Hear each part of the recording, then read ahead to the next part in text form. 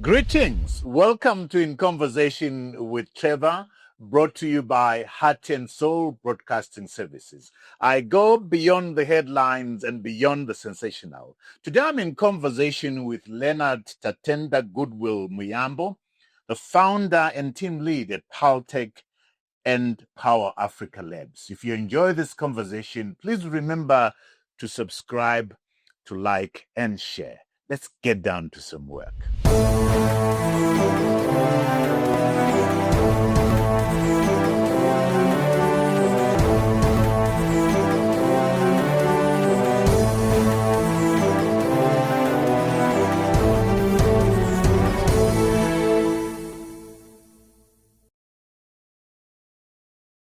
Few years later, we then got into the POTRAZ hackathon, which was the innovation drive. And they said, no, look, this is a great product. And we got number one prize out of 600 participants. And one thing I've learned about our state-owned institution, we are really good technocrats in there. People who really have what they do at heart. 2022, I actually went back home to Mutare, to my mother's couch. Leonard Muyambo, welcome to In Conversation with Trevor. No, thank you, Trevor. I'm excited to be here. I'm excited to be talking to a young man like you who is doing amazing things. A lot of people ask me, so who do you sit down with? And I say, I respect that chair. And I want people to sit before me and have a conversation. People who've done stuff. People who've created things, not talkers. Or people who write about things that they don't know. So you've actually done things. But before we go there, Leonard, I thought I should ask, why so many names? Leonard, Tatenda, Goodwill? Yeah. What's the story behind the many names? So before I even take you there, I actually want to thank you. Might not. I was reminding Rob in the background that I was here at some point, and I was in the background. Really? He interviewed one of my mentors. So you brought me to the conversation. I'll tell you later who it was. Wow, now I'm embarrassed. No, Rob couldn't even remember. Yeah, I think it's the weight. Okay. Before then, I was not married. Okay, so okay. I think the wife did a good job. Oh, well done. Facelift. Okay. So yeah, you said something really interesting. So it was my first line. I was like, I want to remind Trevor and thank you for that. After the conversation, my mentor came and introduced me. It's like, this is a young man, you went to Cornell, you did this, he's doing this, and he's joined me in my company to see what we can do. And we thought the conversation was going to be like, oh, let's have tea and know more. But you say something that really stayed with me, and that helped me. Because at that time I was transitioning. I had failed in my first startup, so I joined the company to rejuvenate myself. And then you said, Leo, I want you to do one thing. Stay at this man's feet and learn as much as you can. And I was indecisive at that point because I was 3 months in and I was thinking, should I stay? Did I betray myself? What did I do? And you said, look, if you're going to take anything away, I respect this young man and you're so privileged to be having these conversations and being able to work with him. And I went in the car after we left. I'm like, okay, Trevor, just put the nail in the coffin. I'm staying. So really, wow. I know the X doesn't remember, but it's the tree that really sprouted something out of it. That I always say, okay, well, that day I met Trevor, you poured out. It was not long. It was short, brief, precise. Because you saw it and, oh my God, did I learn? All these things that you're seeing now, it's as a result of having been part of that mentorship. That's good to hear. That's good to hear. God bless you. And so the names, why so many names? So my grandfather was so excited that I'm the first grandson.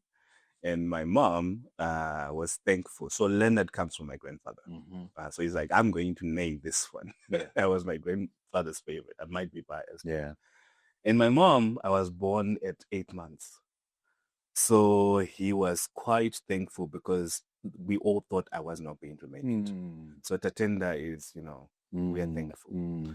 My dad, which is, it's a bit corny, but it's interesting. He got to tell me later in life where goodwill comes from. Yeah. So it's a verse in Luke where Jesus is born. So the scripture says, goodwill unto men, for a son has been born.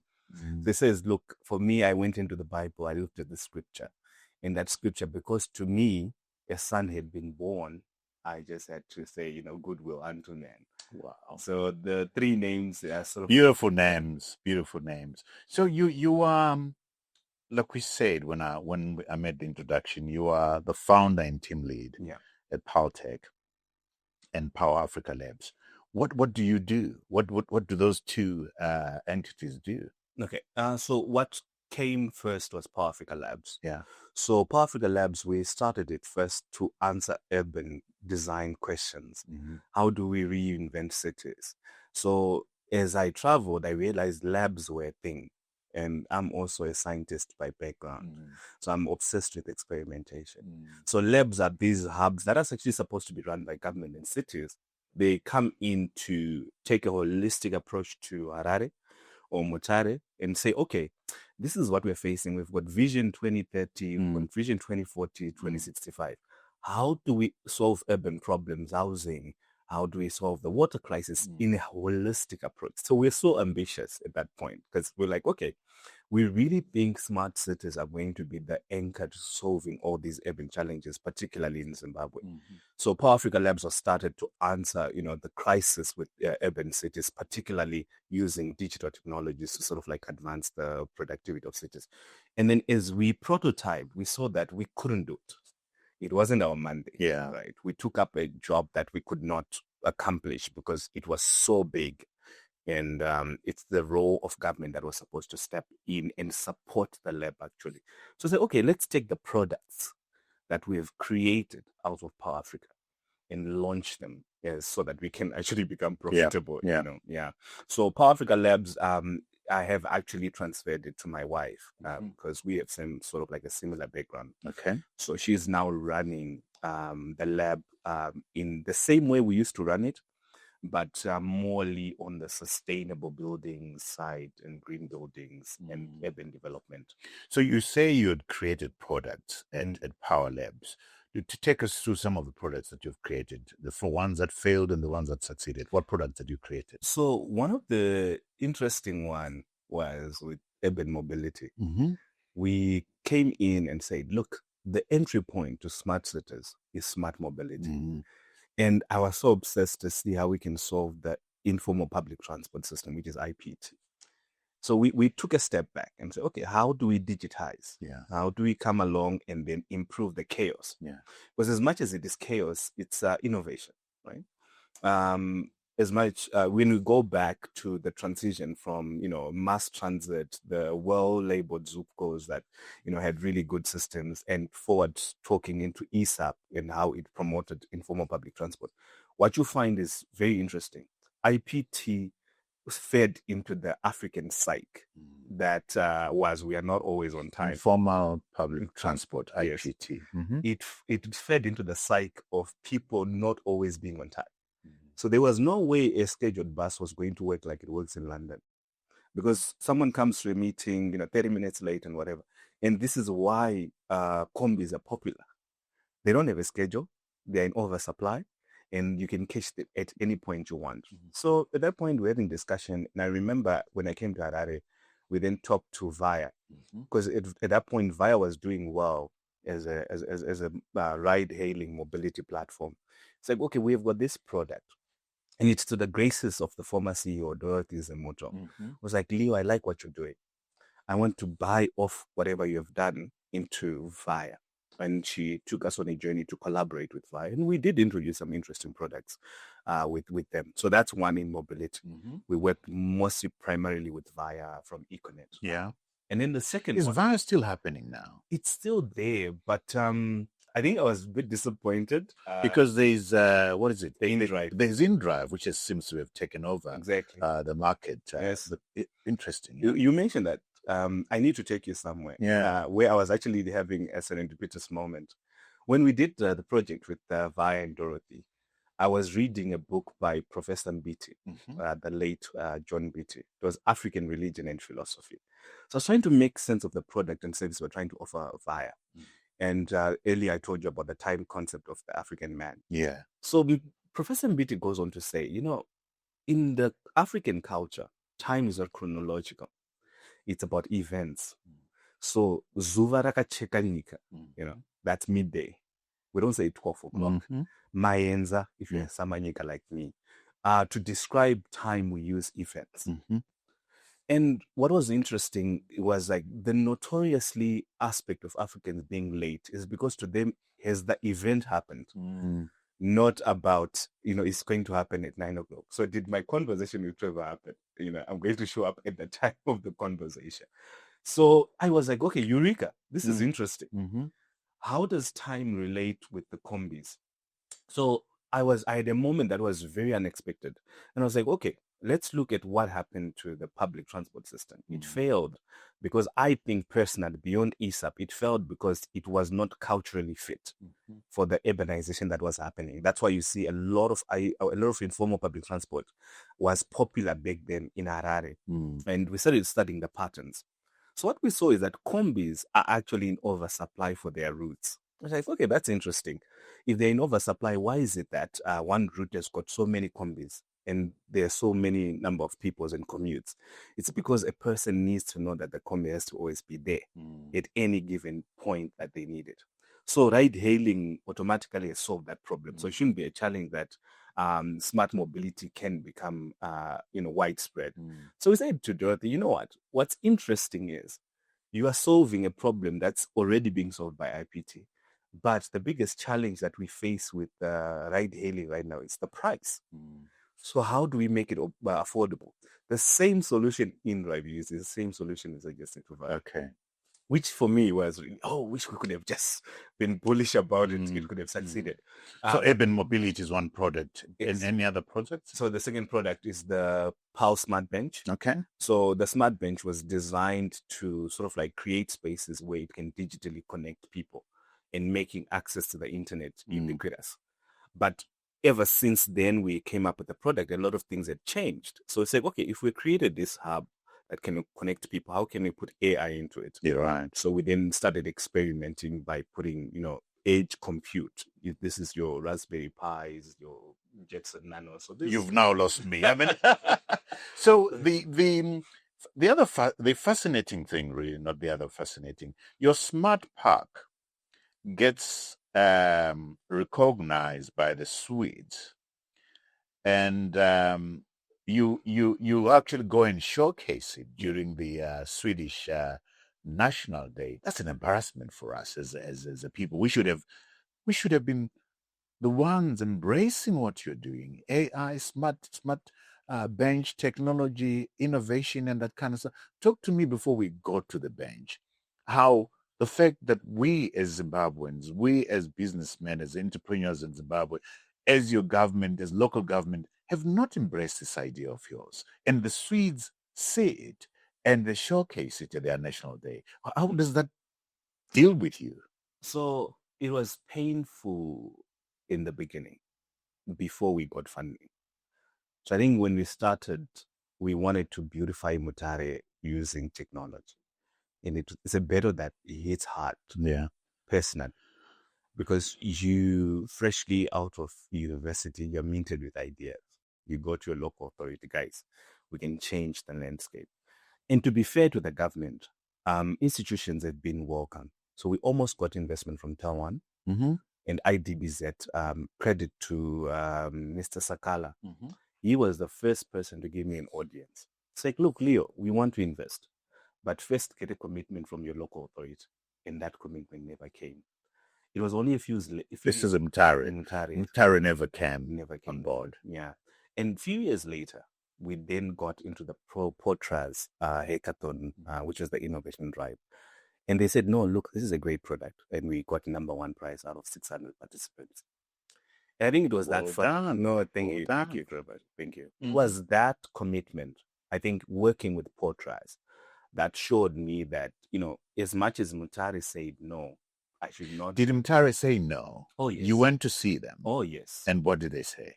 So I think for me, without projecting, a lot of it was who is Leo? I didn't have any backing. All I had was the idea and the drive to actually make it, work to show them. At some point, I actually thought, they would see me every day at their offices. And I would say, guys, how far with the proposal? because I read the JV Act. I knew at that point what an unsolicited bid was, and I put in as an unsolicited bid, and I was like, guys, we already have a commitment from these guys. But at that point, I think, I don't know. I'll be honest with you, I don't know why they say no. We'll take a break here, Leo, and come back. At home, don't go away. When we come back, I want us to go to unpacking the smart bench and the smart park idea, which Mtare City Council, declined to participate in. So at home, don't go away. When we come back, we go to unpack the smart park and the smart bench idea. See you on the other side. In moments where you feel like the task is huge, always look around your pocket. There's something that is going to work in your favor. Africa leadership faces unprecedented challenges. Every decision is scrutinized. Every action is amplified. Every crisis can define your legacy. Zimbabwe is a nation in crisis. Our continent faces complex realities. But denial is more dangerous than crisis itself. At Trevor and Associates, we believe strategic communication is the foundation of effective leadership. Communication, when done strategically, is leadership. It is action. It is behavior. It is clarity when the world is confused. It is dignity when the world is divided. Your reputation is your most valuable asset and your most vulnerable. In a digital age where one post can undo decades of credibility, we don't just manage reputation, we build resilience. Crisis is no longer a probability, it is a certainty. The question is, how prepared will you be when it arrives? Ethical lobbying is essential to democracy and progress. We help you advocate effectively, not with bluster, but with research, relationships, and respect. If you are not shaping the conversation, you are being shaped by it. In an era demanding accountability, responsible business practices aren't optional. They are essential. We help organizations align profit with purpose, ensuring sustainability and stakeholder trust. Doing good is not just morally right, it is good for the bottom line and long-term success. For over 36 years, Trevor has built relationships across the globe, helping leaders navigate complexity with integrity. We listen before we speak. We understand before we advise. We serve with sincerity, sound judgment, and commitment to ethical leadership. Trevor and Associates. We help you build narratives that uplift. Protect what you've built. Amplify your values in a world hungry for substance and sincerity. Trevor and Associates, your strategic partner, your narrative architect, your advocate in the corridors of power. Trevor and Associates, building resilient leaders for a changing Africa. Welcome back to our conversation with Leonard Goodwill Muyambo, where we're discussing fascinating AI, technology, innovation. But before we get into the conversation, I want to remind you that if you are enjoying this conversation, remember to subscribe, to like, and share. We're currently sitting on 95,000 subscribers and over, and 12.5 million views. Our audience is global. Our audience is quality. It is engaged. So stay tuned. So Mtare turns you away on the smart bench idea and the smart part idea.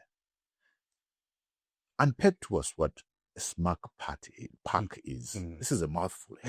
Smart park and the smart bench. What is this all about? All right. So the smart park idea came as a result of the hotspots that were widespread. I remember 2016, 2017. You see a lot of young people sitting outside hotspotting Wi-Fi. So I thought to myself, because a lot of the service providers, the internet service provider, ISPs that were providing this service were primarily Zoho, Tel1. So the guys would hub themselves at their or corporate offices. So you'd see them sitting on the pavement. I'm like, there should be a better way where we can deploy accessible internet. So I went to the most sensible thing. We have parks. You go to Harare, there's Harare Gardens in Africa Unity Square. You come to Mutare, there's Alloy Gardens and Mikos Park. And it's in every city. That structure is the same. So there's an urban central park, then there's a major big park. And I was like, why can't we just take the parks to be smart, right? Let's put technology in the park so that people can have accessibility within those confines. So it was straightforward, let's put internet, let's put solar panels and design it. So got about a few designers and the team created a team and designed this smart park. And the idea was we start with Mutare first. We send in a proposal to say, okay, this is going to be a smart park. And yeah, as I said earlier, that. And Mutare is because I'm a Mutare boy. Yes. And you know what? I was so sentimental because in the Mikos Park, my dad used to take us for Christmas. We used to see there was this really good umbrella Christmas lighting that was there. So my dad used to take me as young as 4 or 5 years old. And those were my fondest memories of that park. So we used to see it and I would ask my dad silly questions about the universe. So from that point, I then thought, look, I could do something about this, And it was until it felt one of my team members actually said, no, there's a bench in the park that we designed. Why not make that bench a product? And credit to him, we then said, look, this is actually a good idea.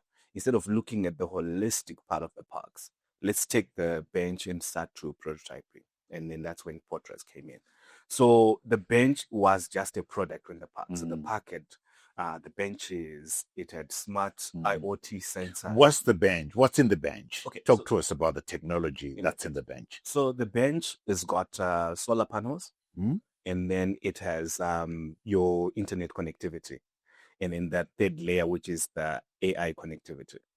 So everything, you can charge your phones, you can then hotspot, connect to the internet, etc. So with that, we then imagine it as a hub. So it's a sitting space. Yeah. It can be a hub for anything. So we layered it with AI. What else can we layer it? Sensors. It can tell you what the environment is in the terms of climate change, what the environment performance is, etc. And it can gather data in different parameters of urban development. So that's the bench. So it's just a simple design where we then get to add different things. So take your bench, add the solar panel, add internet, and then add AI to it. You managed to secure funding for it in 2024. Talk to me about that. Where did you get the funding from, and what are we talking about? How much money is this, and what do you do with it? So we actually got the funding. We won in 2022. It was $50,000. And what we did was, I remember I was frustrated with POTRAZ. Like, why are you not giving us the money? We need to prototype. And they say to us, guys, in credit to them, because they had given us our contracts pegged at the CPI index. And I remember that time, if you remember very well, the CPI then went the other side. So any contract that was pegged on a CPI meant that the value was lost. So I went to see Mr. Mujuru and his team. And he said, Leo, please be patient with me. And one thing I've learned about our state-owned institution, we are really good technocrats in there. People who really have what they do at heart. And he said, I'm doing two things. I'm trying to change your contracts. It's going to take time. And I'm also going to bring in a new team because they were not capacitated enough. Remember, these were over 600 participants and everyone was supposed to get a share from the streamlined winners, which was a lot of contracts. And it gave me, because the engagement allowed me to have patience with them. They're like, okay. So I remember the second time I went, I was like in 2020, I was like, guys, it's been a year now. What's going on? He's like, okay, Leo. Funny enough, the day that's a long time to wait. You are a young man. You don't have another source of income. You are waiting for some inflows to come in, and it takes a year. That must take a toll on you. If you want me to cry on camera, ask that period of time. I don't want you to cry, but I want you to take us there. What take us through that journey, because it's a journey that a lot of entrepreneurs experience. That young man behind the camera right now is experiencing it. All these guys, they've got brilliant ideas, but there are no takers out there, and you wait for a long time. Your pockets develop holes, and you can't feed yourself. Talk to us to that place. 2022, I lost everything, right? Because the subsistence was from Power Africa. So we still kept designing, project for people. And we got into a bad deal and we lost everything. I think we had made a bit of money from designing these smart cities for people with huge amounts of land. So they would come in, they would subcontract us, we'll design the whole development with the 700,000 units and create all our ideas in that pocket. So we'd done it with a group of diaspora guys that had really good projects. And we had sort of like invested in it as our source of income as we wait for these big ideas to sprout. And 2022, I actually went back home to Mutare, to my mother's couch. And credit to my parents, Trevor, it's the second time I actually saw the kindness of parenting. We would joke around that I'm a returning citizen without anything to declare. But they said, look, come back. Let's figure this out. And my dad came back. He was at school. He said, okay, let's take a walk. And he said, Leo, I want to explain life to you. Right now, you are at your worst and you're trying to fight. Stop. Just calm down. At that time, he gave me a scenario. Like, imagine you're in a fight and then you're being butchered heavily and you're being embarrassed because you're like, okay, I thought I was winning this fight. At that time, you need to tell the opponent that I'm done. You've won, and take a break. Because your ego, if it pushes you to keep throwing punches, you're going to want to try and throw a lethal punch that you will never have. Because as you're trying to defeat him, you're not defeating him. You're saying, okay, if I could just punch Trevor on the nose, he might bleed and people might not see I didn't suffer that heavy blow. Said, Leo, we made this house for you. It's not, we're not rich. We are living in the ghetto, but this house is for you guys to come and recoup, regenerate, and restart. So at that time, I found that comfort because I had to go back, and credit to my parents, I had that privilege of parents that were kind enough to say, you can come back and restart. And looking back, I then got a call from the Swedish embassy. They said, look, Leo, we've got a program in Arusha. It was Sophia from the embassy that said, look, we've got a program from the embassy. She believed in me. I know you're down and out, but I just want you to go and participate in the program. It had nothing to do with what we're doing, but it's like, you need that. So I went there and guess who I met? Wow, one of your guests, actually, Dr. Kika Musa. So with Musa, we have a side conversation in Arusha. And I'm like, Musa, I don't understand what's going on here, but I'm more into construction and, development of smart cities. It's like, we have a conversation like, Leo, I like you. So Musa comes back to Zim. And when he comes back to Zim, he says something very interesting. He meets with Much's team, Much had because he was having an entrepreneurship, training, mentorship of exactly. Yeah. And he says to Much, I want you to enroll this young man to Much's team. And I get a call from Much's team. They say, okay, what are you doing? Can you come for this program? I'm like, well, I don't have anything to do now. So they send me the program. And guess who I see? The mentor brother I told you about, Leslie Marange. All right. Now I remember. So I had met Leslie when when I came back from Sweden in 2019. And when I met Leslie, I said to Leslie, he was just starting. And I took him around in business in terms of project finance because I understood it from the project that we're trying to build. And he said, Leah, I want you to be my CEO.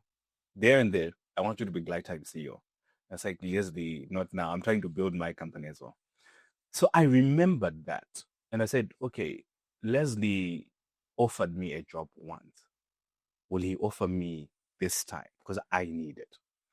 So it was the first time I ever got into employment at that point. I was never employed. And I was like, okay, Leslie trusted me at this point. So I went to the event with one target: get Leslie to give you a job. So I see him. I'm like, Leslie, I'm here for you. I'm going to participate in the program, but the one person that, we had great people that Much brought along, but my focus was laser sharpened on Leslie giving me a job. And then Leslie was like, okay, good thing we're about to get funding from Old Mutual. So we're in a transition period. We think you can handle. We want an innovation and investments manager. Can you come along? I'm like, oh, sure. Why not? And that night, after the mentorship, I didn't go back to Mtare. I actually went to Leslie's house and met the wife. And it's like, I'm going to get this guy to join my team. So to the young people that you say, never be ashamed to go back to the drawing board. This is a scripture that to go back home and use the couch as your mom's couch as a bed. You're going to quote a scripture? Yeah. You know, when God gave Moses the mandate to free the children of Israel, he asked him, what do you have? And in moments where you feel like the task is huge, always look around your pocket. There's something that is going to work in your favor. In that point, I realized that getting a job, I was not going to get it from, your normal industries. Here I'm a biomedical scientist being offered an innovations job only because I had a relationship with Leslie. And the first time I met him, I wowed him. So I realized if this opportunity is going to work, I need to use what I have, my experience with him, and humble myself enough to offer myself for service and be honest why I needed the job. It's like told him what I've gone through, that no, it's fine. Let's do it. And this is why you saw me here, because he was taking me everywhere. It's like, I'm going to let you, because we had a deal. I was like, my deal is I'm going to work with you, but you're also going to give me time to rebuild my business back. And that was a great deal, because I would not have gotten that deal in normal employment. So we went on. He would help me on my side. I would help him on my side. I would get paid. And I would rebuild myself. Are you now on your feet? Yes, got back on my feet a few years ago. I think at that time things started making sense that I even got married. Congratulations. Talk to us about how are you going to commercialize the smart bench and indeed the smart pack idea? Is smart pack idea? Are you getting more councils, more local authorities interested? How are you going to roll out this idea? So it's interesting. When we did the first project, we realized two things. The first thing was the bench was a hub of connecting us to the possibilities of AI. So the first commissioning we got with the Swedish embassy was we needed to fine-tune the AI to be a diplomatic assistant. And we realized that not every customer is going to need the bench. On a B2B level, we could actually start using the hardware that we've built from the AI and put it anywhere. So our project is quite ambitious at the moment. We're working with a few clients. One of them is a school. I won't divulge much. No, sure, absolutely. But what's interesting now is we are going to make sure that the hardware, because our expertise is on making sure that the AI, we understand the AI hardware. And we're going to use that AI hardware to plug in so I can put it in a classroom. So the teacher can actually work with that AI. And we have also healthcare side of it. So our commercialization path is actually using the hardware that we now understand. And between this conversation, because I'm an alumni of a U.S. university, I then reached out to the American embassy. And I said, look, we need to get in touch with NVIDIA, because NVIDIA, they are the best producers of compute. And me giving them pressure right now. Yeah. So they reached out. They were like, okay, Leo, we want to help. We're going to get in touch with NVIDIA. We're going to get in touch with the U.S. Customs, because AI is highly regulated in the U.S. This is why you see the China trade war is on AI compute. Yeah. It's not on anything else. Yeah. So I think with them helping us as well, and also POTRAZ helping us, it's quite incredible that they were forthcoming to help us actually access. So you would the bench gets located in schools. The medicine part. Can you just explain the medicine part? Okay. So we're not necessarily using the bench. We're just taking the hardware that works. So this is the compute. So we're just putting it, on a wall, maybe, on a desk, and then it works as an agent, whatever we train it on. And then with the healthcare, it's the same thing. We give it as an assistant for nurses. So when they are unsure of a diagnosis, they can have a back and forth with, this impressive doctor that knows what it's doing. So it's now using the AI hardware with high compute and now putting it in different spaces. So when you find at Paltech Africa, our purpose is inspiring intelligent spaces for a better Africa. So spaces could be physical, could be digital. A space could be a bench. It could be an office. It could be a clinic. So we are putting AI in all those places to make sure that people have got high-speed compute and fine-tuned models right at their doorstep. They can actually relate with whatever they are working on. Where is the monetization? So the monetization is on renting. Okay. So we install it for you, then you rent it from us. Okay. So you pay installation fee, then there's a monthly subscription for us to maintain the model for training and also just making sure that it's working. So what started as a smart bench in a park is now going into offices, boardrooms, and hospitals. Is that what you're saying? Exactly, perfectly. Particularly the boardrooms part. Yeah. Because our B2B model works very well. Imagine I'm going to AMH Media Holdings and I'm training it on all the data ever since you started. And it knows by the time reports get to you, Trevor, they're fine-tuned. Yeah. I've got this experience because I know. So imagine you have access to a report from an intern and you can just ask the model, hey, I'm trying to get to know what's happening in marketing. It tells you today we did this and this and this and this. So you don't need to wait for a monthly report. Tell me, are you localizing these models? Are you coming up with are we coming up with our own models that will be good at Shona, good at Ndebele, good at Kalanga, good at the urban township lingo, the way we do things? Because for me, it appears that we are going to be importing AI instead of building AI models that are in tune with who we are, with our languages, our daily way of doing things. Are you going to be looking at that? So you mentioned a very key part that we are actually working with POTRAZ. So what we identified, because remember, we are good in hardware. Yeah. And the reason why we are getting a partnership introduction from NVIDIA is because we need the hardware. They've got the best computer. Yeah. So we don't need to build our model. So I'll give you an example. Let's take, for example, ChatGPT. Yeah. ChatGPT is a general purpose model. So it can answer anything, can do anything. But it's a model that works as a good template. So imagine a water coming from Morton Jeffries. Yeah. It's the processing. So that's ChatGPT. Yeah. And the access point is the what? Is the tap. The tap allows you to reduce the capacity that Or is coming increase. from it. Yeah. Exactly. But gives you something that is easily consumable. Yeah. But I can play around with Morton Jeffries. So what we do is we stake whatever we're building on an existing model. I see. Because it's available. So we call it fine tuning. Okay. So if I want to train it in Shona, it's just fine tuning the model to be able to be trained on any language. So are you actively working on that? Because for me, that looks like, look, I'm totally ignorant of these things. That looks like the space that will become useful to some of us. I mean, for instance, when I'm doing research on Zimbabwe, whether I'm using Gemini, whether I'm using Cloudy or ChatGPT, there's always a gap in terms of, there's a knowledge gap between what ChatGPT knows and what I want. So at the end of the day, AI is as good a model as the training that it has been given. Are we doing that? So definitely. Look, I'll give my investors pressure because they're the one that are also helping us here. They took us to different stakeholders in some. One of them is the user at a high performance compute center. And they have got the back layer that we will be using to install our high compute power. So we're already in discussion to see how we can, because what you need, Trevor, is compute. Yeah. And from any of this conversation, hardware is going to be the most important thing that we access.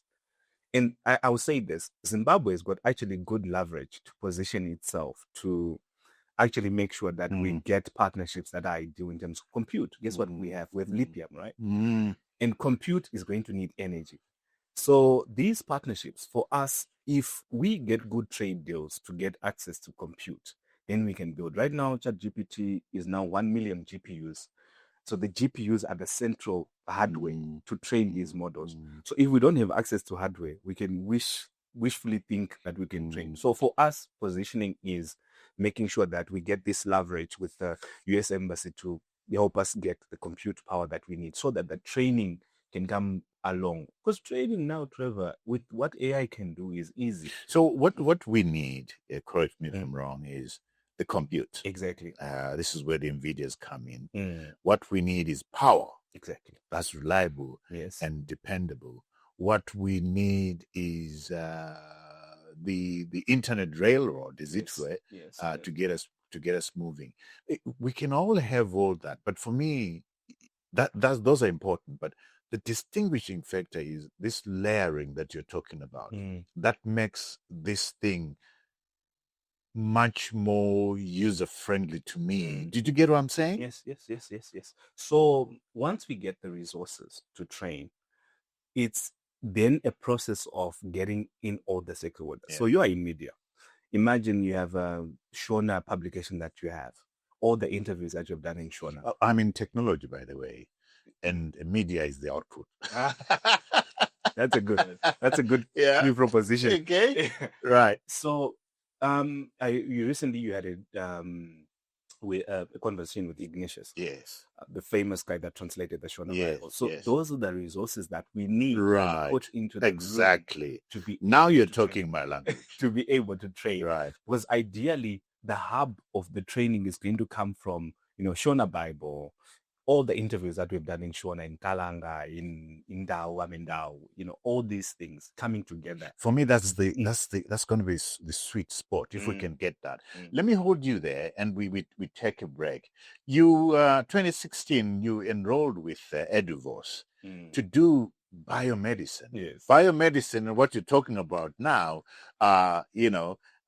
worlds apart. I'm going to want us to go to that space. What makes you change from biomedicine to getting into what you're doing right now? And I think a lot of people would want to get to understand your upbringing. You've been to the Dutch Design Week in the Netherlands, and you've done some interesting things. So we'll take a break here. When we come back, we're going to go to that space and finding out why this bioscientist is getting into AI and other interesting spaces. So see you on the other side. So the ideal ecosystem is that we don't have the right risk capital coming not from government, but the people that have made it.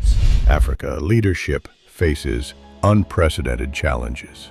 Every decision is scrutinized. Every action is amplified. Every crisis can define your legacy. Zimbabwe is a nation in crisis. Our continent faces complex realities. But denial is more dangerous than crisis itself. At Trevor & Associates, we believe strategic communication is the foundation of effective leadership.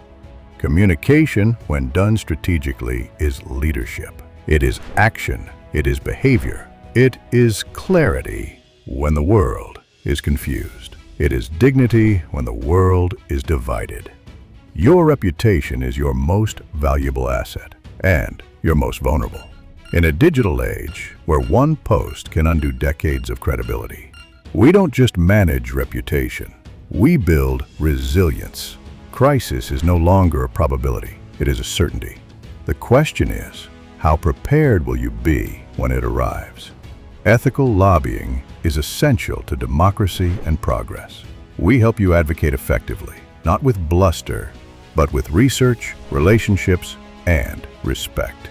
If you are not shaping the conversation, you are being shaped by it. In an era demanding accountability, responsible business practices aren't optional.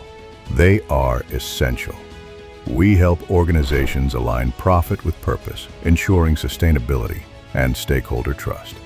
Doing good is not just morally right, it is good for the bottom line and long-term success.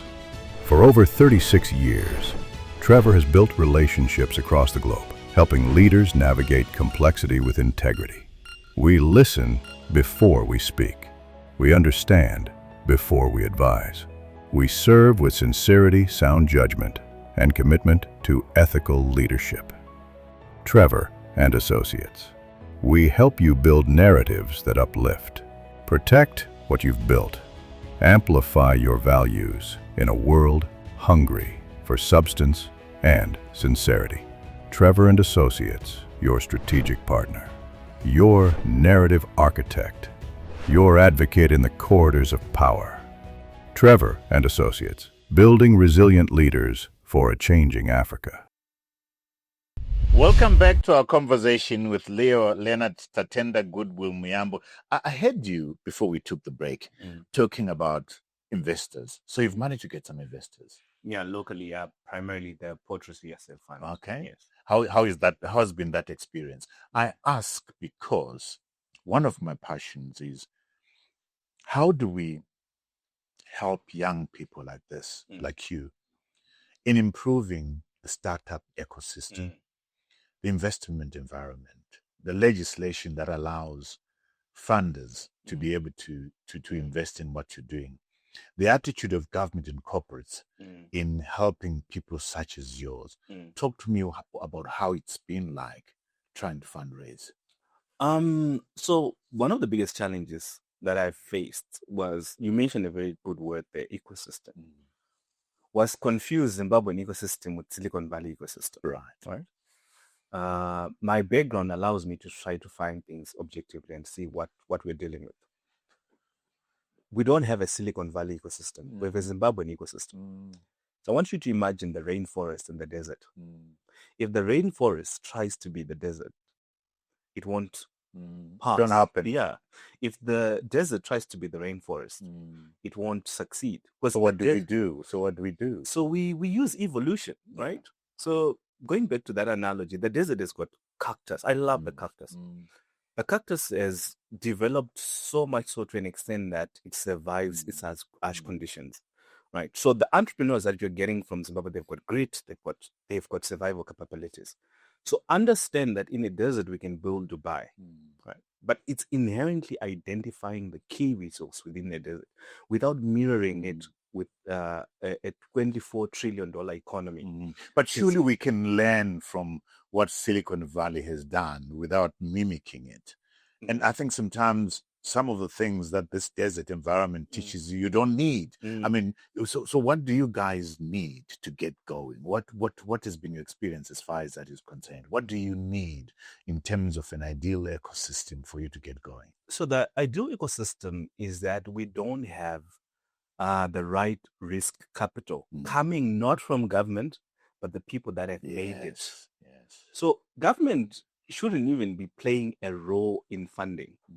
But because now there is no, because what government did, and this is also pressure to you, Trevor. I'll give you pressure in your class. We grew up reading about you, Trevor. We grew up reading about your peers, how you guys used to create these amazing products by coming together, whether it was project financing, acquiring companies. But that generation never came back to pick one. You find in Silicon Valley, the reason why it's successful, and I'll quote Bezos who says this, is the ability to deploy risk capital in a scale that other nations can't do. And it's not a government doing that risk capital deployment. Government can only incentivize. Sure. So what we have lacked as a country is the Trevors that have made it and say, look, I'll put skin in the game to uproot the people that are coming up. Why don't we have a Trevor Venture Capital firm, right? Why don't we have Trevor and Associates? You're having the right, resources pulling, because you've got the right goodwill. You can pull in the funding, but ideally that gap, because for me to move from ideation, so it's risk capital that you need. That we need. What about the legislative environment? The hurdles that you come across in trying to set up your startups? So in terms of legislative environment, I would say I can only face it if I want to do business with government. Okay. Which is normal. Bureaucracy is an animal in itself that invents to protect government or vice versa. But if I want to work independent of government doesn't have a say, right? The reason why I like my investor now is because they can give me the resources I want within. So you look at an investor, you say, okay, we're trying to build AI that's sovereign. So what can POTRAZ give me? It can give me access, right, to compute power, to different resources. So government can only be a challenge if you want government to be a client, which is world over. Yeah. But, my thinking was, America, the Silicon Valley is what it is because of the enabling environment that the American government has put in place that allows risk capital to operate and certain tax breaks and so forth. I think that's what I was talking about. Let's go to the space, Leonard, where you registered for biomedicine at Eduvos in the mid round. Where does the passion for biomedicine come from, and how far have you taken that? So the dream was always to become a medical doctor, right? Okay. You're raised in a family, and it's like I was. Where was the dream coming from? I was always being called professor or doctor growing up. Right? Okay. Because I was very inquisitive. Okay. And I think my parents really encouraged me for that learning passion. But medicine was sort of the default route if you had really good grades. Yeah. And growing up, I was really a good student, right? And that game. Where did you grow up? Where were you born? In Mutare? I was born in Mutare in Sakuba. Right. Okay. And then we moved from Sakuba to Dangamvura. Right. So then most of my childhood spent it in Dangamvura up until my adulthood. Okay. Which schools did you go to? So primary school, went to an incredible school that set up a foundation. I love that school, Mutare Junior School. Okay. So Mutare Junior School for me was the basic foundation that really taught us anything that we could be in the world was possible. And in high school, people always ask me this, and I feel I cringe answering it because I feel like people make assumptions. So I went to Maranga High School, I went to Hillcrest College, I went to Hadzo, and I went to Mutare Boys High. Okay. So the next question is what? Right. So it's reflective of my life. Being raised by a pastor, we used to move a lot. All right. Methodist church. We used to move into pastor's son. Yes. Okay. And which university did you go to? So I then went to Eduvos. All right. Okay. Did you finish your medicine? Yes, I did finish my biomedical degree. To talk to us about the components of that degree. So what biomedicine did, it gave me the critical thinking edge. So really incredible lecturers that I had that encouraged critical thinking. So one of my favorite modules when it started was scientific research and thinking. So it teaches you that as a scientist, what is the default thing? It's objectivity. Yeah. And you should be able to question your own assumptions, right? So that allowed me to tap into the power of understanding the world from an objective sense and not try to project what I want the world to be. Right. So, but you've now moved from biomedicine to what you're doing now. What's been the push-pull factors into the decisions that you've taken?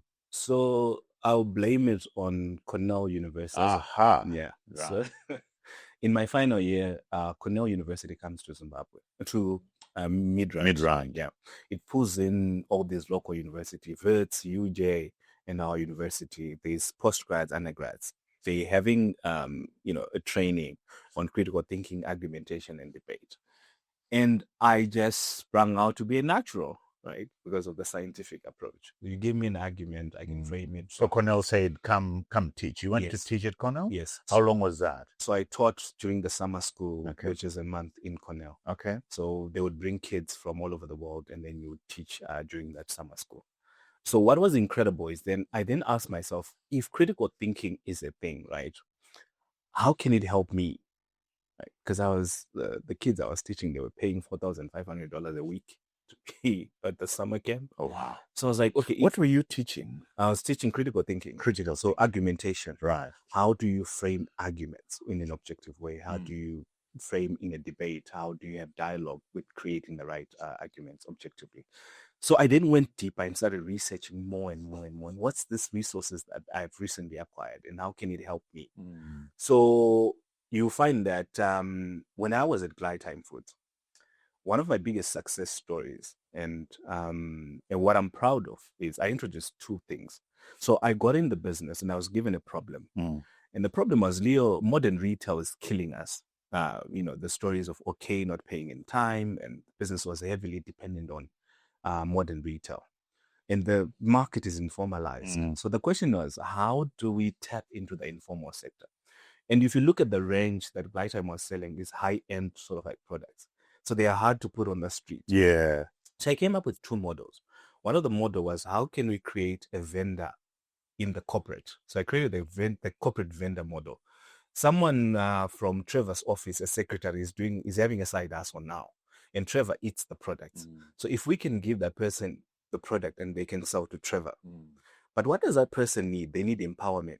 What they need is to hear, these are the people that log in onto your show and listen to what success looks like. So I'm like, Leslie, you are the product. We're going to have every end of month a session where you talk to these young people that are aspiring. But to join, you have to come with $50, get the products and sell.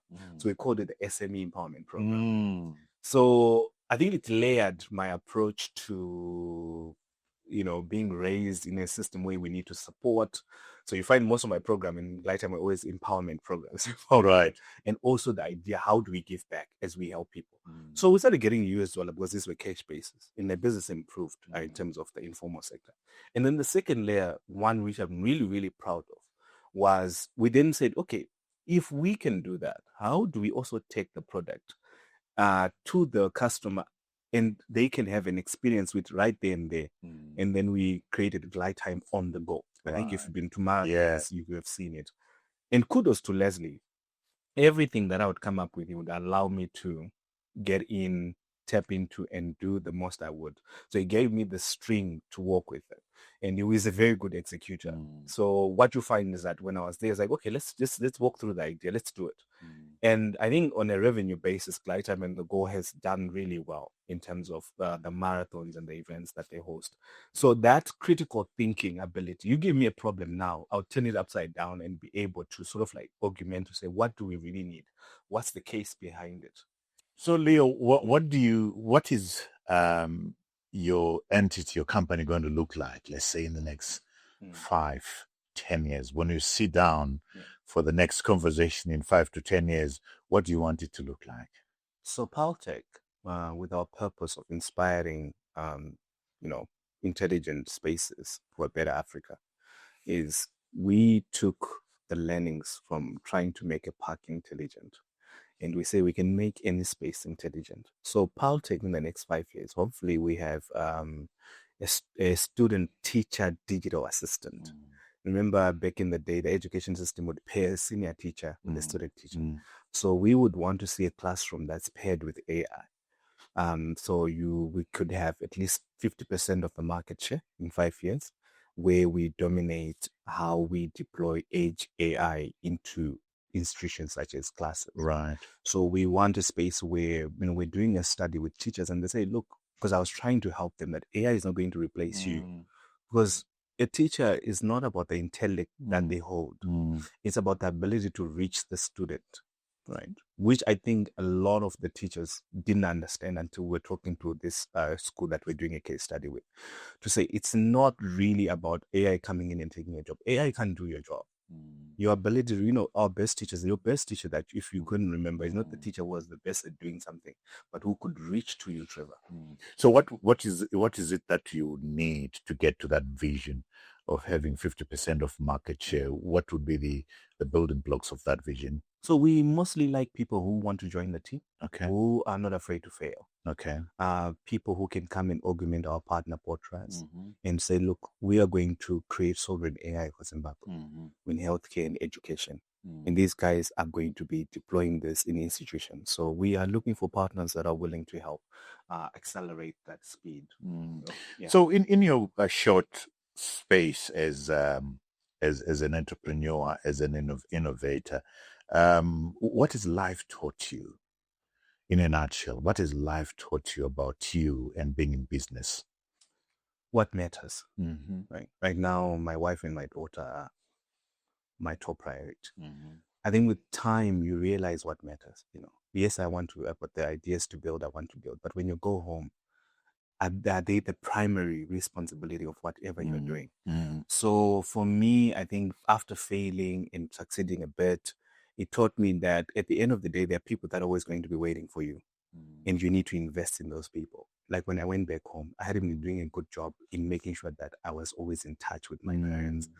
It made me realize that they needed you.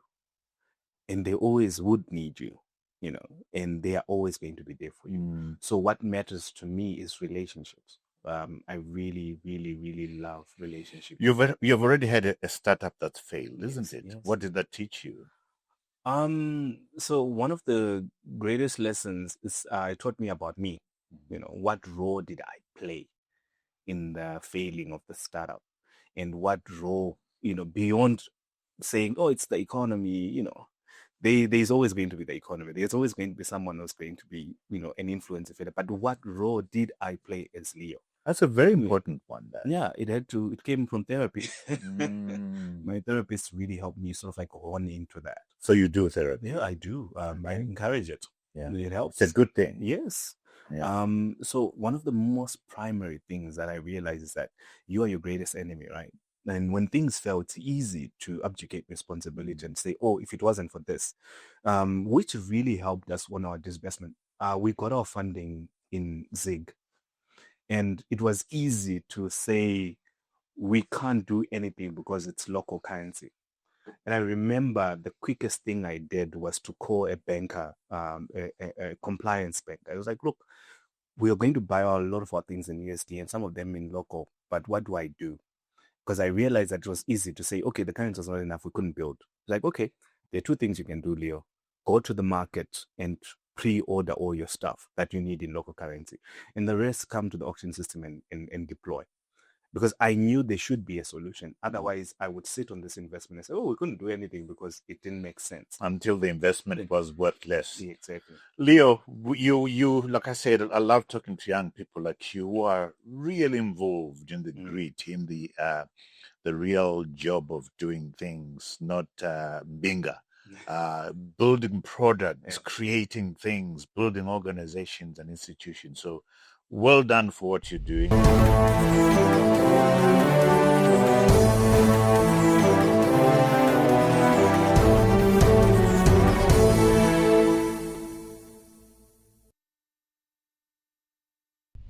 This book, The Singularity is Nearer, which follows this book, which I have not yet read, The Singularity is Near. This is a great book. I am self-taught in a lot of things. I taught myself journalism. I never went into a journalism school. I'm currently teaching myself AI.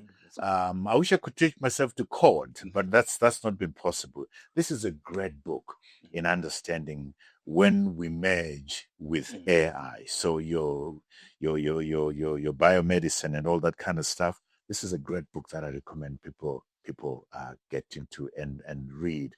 And The Singularity is Near, When Humans Transcend Biology, is also a book I haven't read, but having read this, I think Ray Kurzweil is 20 years ahead of us, is 30 years ahead of us in terms of projecting what AI is going to do. The other book that I'm going to recommend, I've recommended this before, The Coming Wave. The Coming Wave is written by Mustafa Suleiman. I think Mustafa Suleiman is now with Microsoft in charge of their AI project. This book is AI, Power, and the 21st Century's Greatest Dilemma. It's a book that brings home the issue that AI is a double-edged sword. It's good and it's bad. How do we deal with the bad aspects of AI? It's exciting, but it's frightening. How can it be tempered? And it gets into the tough conversations about AI. So those are the three books that I thought I would recommend. What books are you going to recommend to our Book Live viewers? By the way, Nicole is going to add a link at the bottom of this video that will take you to our book club. We've got a WhatsApp group book club that's sitting at over 700 members. We are organizing our first get-together in September, where we're going to be reading and discussing Joe Mutizo's one of Joe Mutizo's books. So you make a point to click there, follow the details, and join us early in September when we gather to discuss Joe Mutizo's book. So we are on WhatsApp. The link is going to be there. What books are you recommending? So the first one that I think sort of like sums my life and my approach to failure is Black Box Thinking by Matthew Syed. Okay. So Black Box Thinking, I really, really recommend this book for startup founders, entrepreneurs, SMEs, and people in leadership. What it talks about, it takes lessons from the aviation industry. You know, when a plane crashes, they take the black box. The reason why the aviation industry is the safest is it sort of like improves and you are safe to fly than you are on the road is because they take the black box and learn. The mistakes. Exactly. So it's how do you learn from your mistakes. And how are you unafraid to face your mistakes? Yeah. And that for me has always been my approach to life, like the inward thinking. Open up the black box, because you're the best black box, right? You know what you did wrong and you need to reinvent yourself from that. So it then talks about the parallel that is the healthcare industry, how the healthcare is so disastrous because failure is covered up. Absolutely. Mistakes of medical practitioners are not buried. Exactly. What's your next book?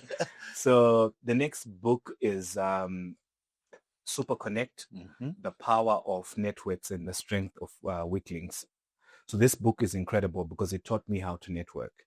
It talks about this, idea of weak links that I really like, that I don't have to have a powerful relationship with you so that we can build networks.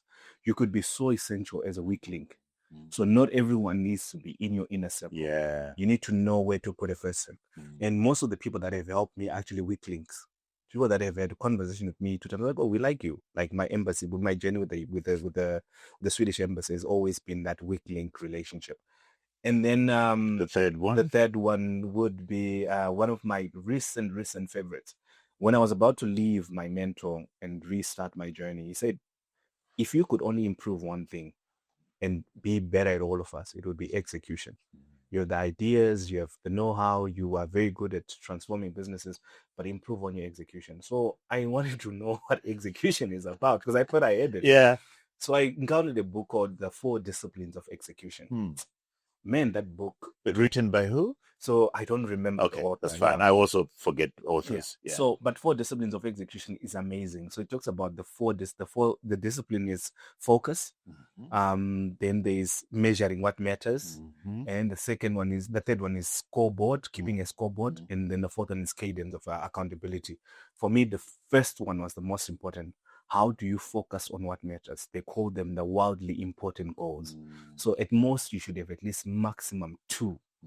3, you're stretching it. So always pick 2 things that you can focus on in terms of the big goals. And then you can be able to execute better.